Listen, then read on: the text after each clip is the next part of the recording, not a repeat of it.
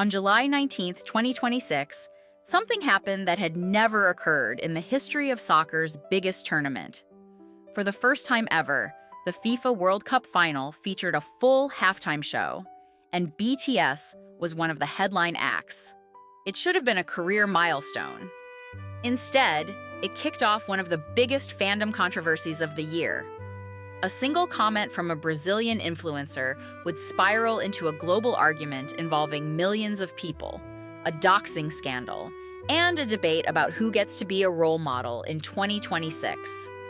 Here's the full story. Let's set the scene first. The 2026 World Cup final was played at MetLife Stadium between Argentina and Spain. For the first time, FIFA added a full-scale halftime show, produced in partnership with Global Citizen and curated by Coldplay's Chris Martin. The lineup was massive. Madonna opened with her hit Music, joined by Brazilian football legends Ronaldinho and Ronaldo.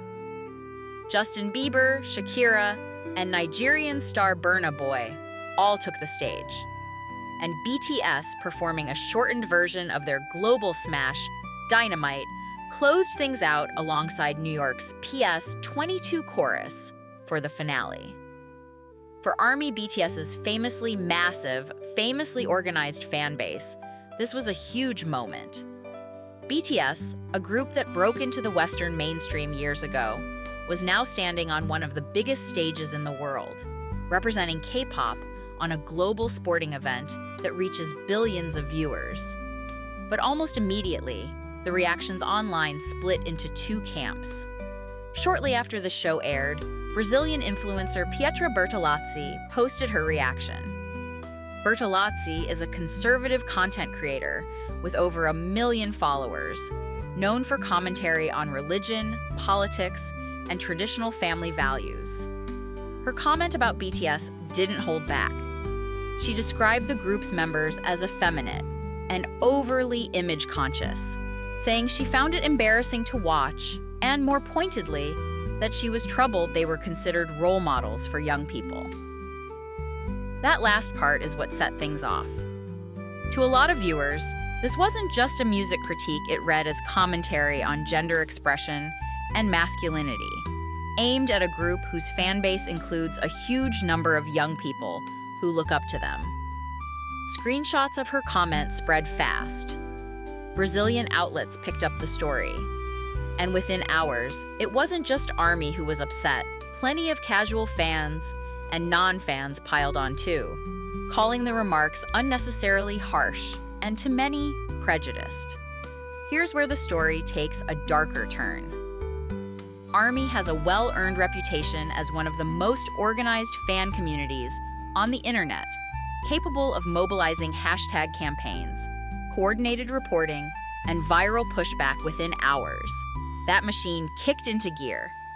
Comment sections filled up, clips of Bertolazzi's remarks were dissected and reposted, and pressure mounted on her platforms. But it went further than online criticism.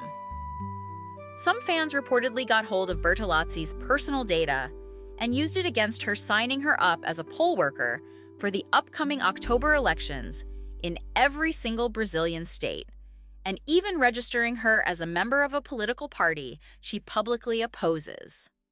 Her email and phone number were also reportedly added to spam and messaging lists, leading to a wave of unwanted contact. Brazilian journalist Gabriel Perlin posted about it online, framing it as a kind of poetic justice, noting that fans had tracked down her information and used it to sign her up for the very civic duties she might not have expected, thanking ARMY for the response. Facing that pressure, Bertolazzi announced she was stepping back from social media entirely. This is where a lot of commentators say the story shifted. What started as a debate over one controversial opinion turned into a broader conversation about the line between fan accountability and harassment. A conversation that's followed K-pop fandoms before, but rarely at this scale. Here's the part a lot of coverage missed. ARMY itself was divided over how this played out.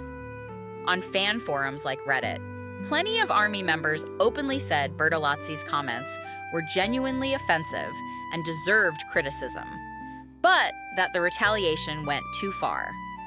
One widely upvoted comment thread laid it out clearly.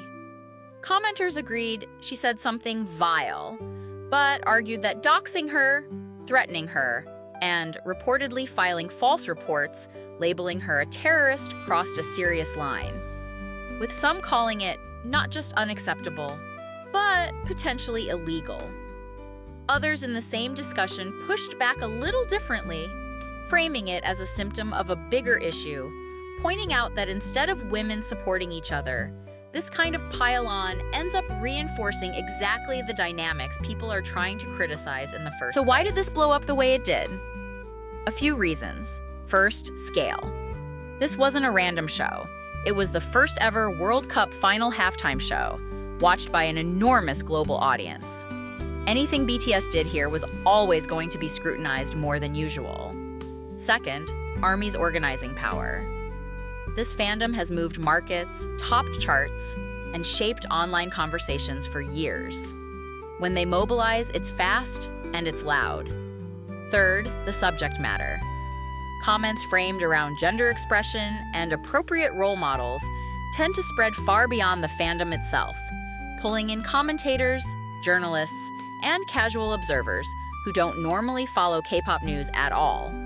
And finally, the doxing angle turned this from an entertainment story into a genuine news story. Because now it wasn't just about opinions, it was about real-world consequences and where the line should be drawn. At the end of the day, this controversy says less about BTS's performance and more about how fast online reactions can spiral, from a single post to a global backlash to real consequences for the person who wrote it. And as we saw, even ARMY wasn't fully united on whether the response matched the offense. BTS themselves didn't comment publicly on the controversy. Their performance stands as a historic moment, the first K-pop act to appear at a World Cup final halftime show. But the conversation around it became a reminder of just how powerful, and sometimes how intense, online fan culture can be in 2026. What do you think? Was the backlash justified, or did it go too far? Let me know in the comments, and if you want more breakdowns like this, make sure to subscribe.